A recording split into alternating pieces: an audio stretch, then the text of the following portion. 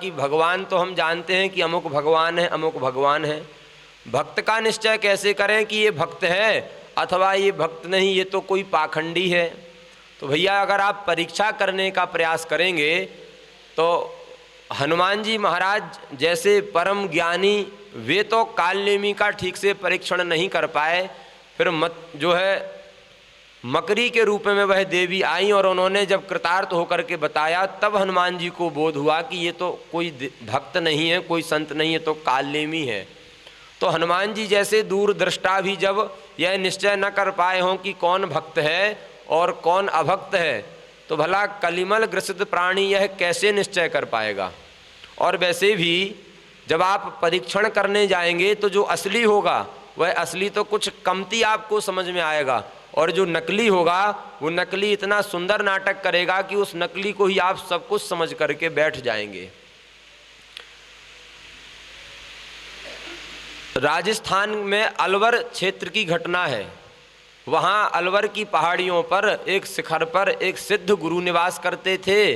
उनका नियम था एक ही शिष्य वे बनाते अपने जीवन में, एक गुरु और एक चेला, बस दो ही वहाँ उस पहाड़ों की शिखर पर रहते। संत जहाँ रहते हैं, सिद्ध जहाँ रहते हैं, वहाँ कहीं ना कहीं कोई मनुष्य दर्शन की अभिलाषा से पहुँच ही जाता है। पर एक का जाना हुआ, दो का जाना हुआ, अब तो वहाँ कुछ भीड़ लगने लग गई। अलवर नरेश के कानों में जब यह बात सुनाई दी कि हमारे ही राज्य में, हमारी ही सीमा में पहाड़ों पर सिद्ध गुरु रहते, उनके सिद्ध चेला रहते हैं, तो भक्त हृदय था उसके भी मन में आया कि क्यों ना दर्शन करने चले। पर उन संत ने जैसे ही उस पर्वत के शिखर पर बैठे हुए देखा कि राजा हमारा दर्शन करने आ रहे हैं। अब भला राजा जाएगा, जब हमारे देश के प्रधानमंत्री मुख्यमंत्री कहीं मंदिर में दर्शन करने जाते हैं, हमारे यहाँ काशी में तो आए दिन मंदिरों में नेताओं की लाइन लगी रहती। कई बार मंदिर जाने पर कहते हैं कि भाई हम भी स्पर्श करें, तो उस दिन वो अधिकारी महापुरुष कहते हैं कि आज अमुक मंत्री जी आ रहे हैं, आज उनके अलावा किसी को अंदर गर्भगृह में प्रवेश मिलेगा ही नहीं। तो जब वे आते हैं तो ऐसे नहीं आते हैं, 10-10 किलोमीटर के रोडों को बंद कर दिया जाता है, बैरिकेटिंग कर दी जाती है और वो अपना काफिला लेकर के निकल जाते हैं। तो राजा भी जब आए तो ऐसे नहीं आए, पूरा लाव लश्कर को लेकर के राजा आए। दूर से जैसे ही अलवर नरेश ने देखा, जान गए कि अगर आज राजा हमारे दरबार में आके दर्शन कर जाएगा तो कल से तो दरबार में और भीड़ बढ़ जाएगी। एकांत सेवन करने वाले महात्मा कभी भीड़ भाड़ में अपने आप को प्रसन्नता का अनुभव नहीं करते हैं। आज अपने शिष्य से कहा कि चेला, यदि तुम आज्ञाकारी चेला हो, आज्ञाकारी शिष्य हो, तो हम जो आज्ञा दें उसको मानो। गुरुदेव क्या आज्ञा है? कहा कि यह जो धूने पे टिक्कड़ सिक रहा है, जैसे ही राजा की पालकी, राजा का दरबार हमारे द्वार पर आ जाए, तुरंत इस टिक्कड़ को लेकर के ही लड़ाई आपस में करने लग जाना।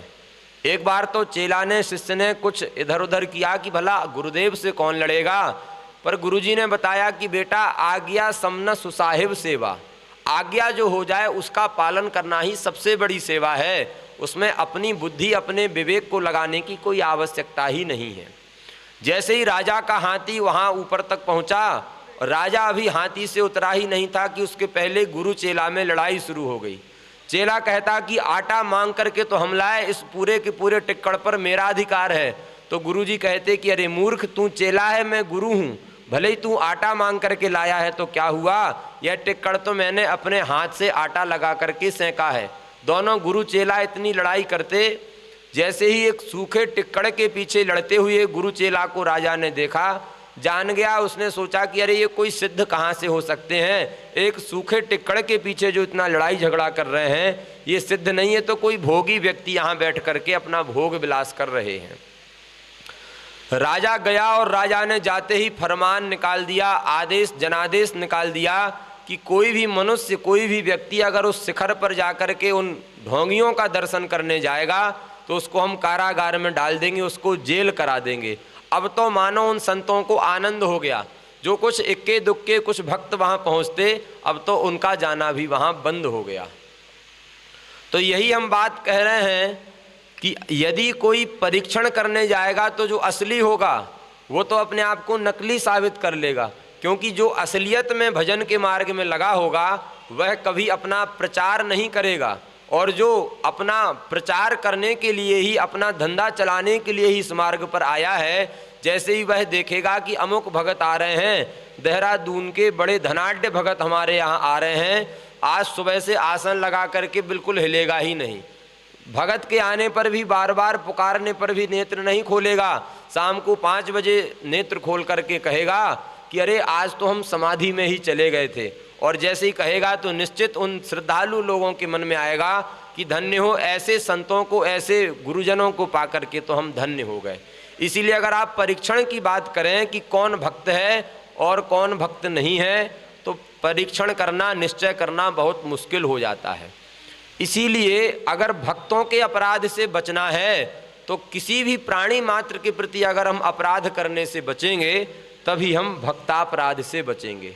अगर भगवत अपराध से बचना है, भगवान के प्रति होने वाले अपराधों से बचना है, तो किसी भी देवता को ऊंचा नीचा मत समझो। और अगर भक्तों के अपराध से बचना है तो किसी भी प्राणी के प्रति अपराध करो ही मत। न जाने कौन प्राणी किस कोटि का भक्त होगा।